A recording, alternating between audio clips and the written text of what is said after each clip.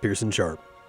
All right, first up, I'm trying something a little different because my main camera died, and so I've got to use my phone. So it's gonna look a little bit different. I apologize for that. I'm figuring it out. You can only drop a camera so many times before it dies. Okay, on to the video. The only thing California hates more than a secure border is the Second Amendment. Individual gun rights have been attacked relentlessly here in California, which is a big problem for the 3.5 million law-abiding gun owners living in the state. And it's about to get a lot worse. I don't know what it is about these commie lefty politicians and their love affair with criminals, but they're doing everything in their power to make it illegal for you to defend yourself in your own home. So the story today is there's a new bill from the radical state assembly member Rick Chavez Zebra, whatever, out of Los Angeles. Where else? And he's trying to make it illegal for you to defend yourself in your home. The actual bill, known as AB 1333, is trying to change the state's justifiable homicide laws. What it does is eliminate protections for you in your own home, removing specific circumstances where homicide currently is considered justifiable, like defending yourself from an intruder in your home. The bill also makes it clear when homicide is not justifiable, including instances where a person uses more force than necessary for self-defense. I really hope and pray I am never in a situation like this, because I will not be giving someone who breaks into my home a love tap. When you threaten my family, you've given up your rights to life, liberty, and the pursuit of continued existence. What's that old saying?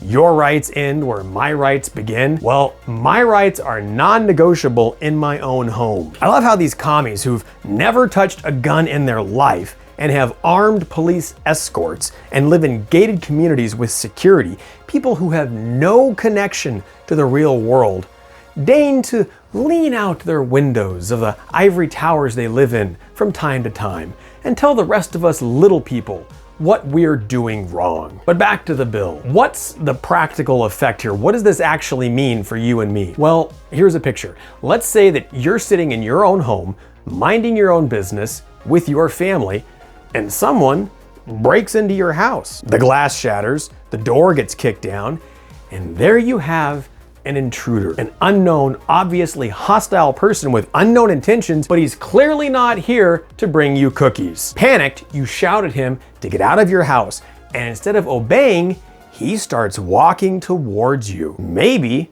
he puts his hand in his pocket. Well, you've given him every benefit of the doubt, so you draw your gun and you shoot him.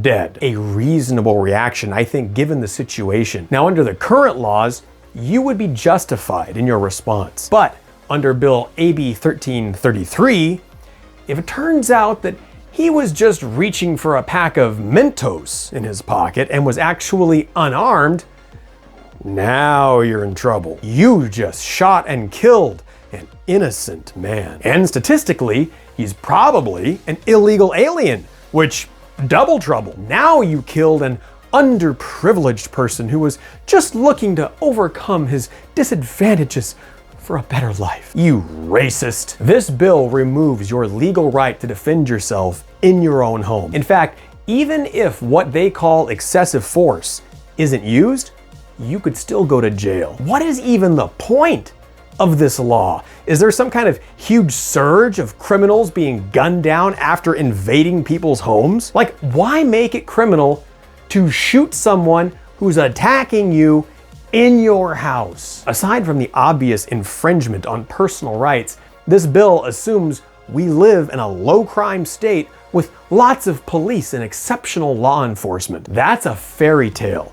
California is a crime-ridden third-world ghetto infested with villainous predators from all over the world. I'd say we live in the Wild West, except at least back then, people could defend themselves. And actually, history shows the Wild West was a lot more peaceful than Los Angeles is today, or even San Diego, where I live. Our government's only job is protecting our lives and our property from harm. The government has no other role, despite what they want you to believe, And despite all the unconstitutional laws they've passed, yet they have no interest in protecting us, the law-abiding citizens. And in fact, they failed that duty time and time again. And that's because our government wants to make you a victim and to protect the criminals. Protecting criminals weakens society and creates dependence on the government, which is exactly the point. If you're not allowed to defend yourself, you have to rely on the government